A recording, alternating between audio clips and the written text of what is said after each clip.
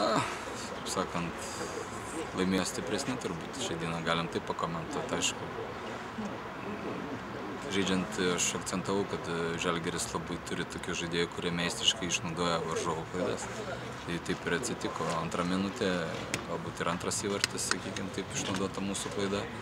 Taip kad, aišku, galbūt neturiu priekaištų, kad dėl vyrai dėl stengiasi, kovoja, bet, sakykime, šiai dienai Žalgiris buvo stipresnis, tai tą ir rodo rezultatas. Antram kėliny 15 minučių. Daužėt Žalgirį. Ką pasakėt vyrams, Rūbinėje, ar kas jie atsitiko?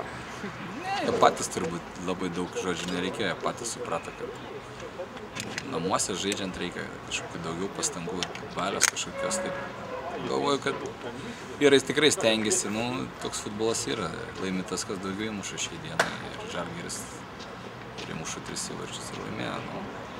Sakau, dėl pastangų ne, o dėl kitų dalykų taip negalim. Šauto įmėtą žaidėjas kamuolį ir praleisti įvartį, tai apie ką mes galim daugiau išnekėti, apie geresnį rezultatą, kai tokius įvarčius praleidžiam.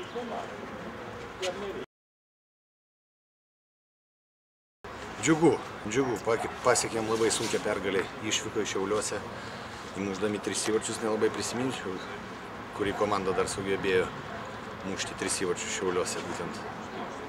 Aišku, papuolėm į tokį daugiau gal šiandieną britišką, anglišką futbolą.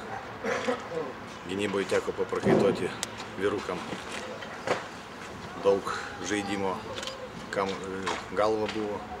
Taip kad tokios nelengvos rungtynės, aišku, sėkmingai sumušėm įvarčius. Liktai po pirmo kėlinio turėjom jau persvarą 2 įvarčių, labai greitai ištirpo. Antro kėlinio pradžioje tos persvaros ir neliko.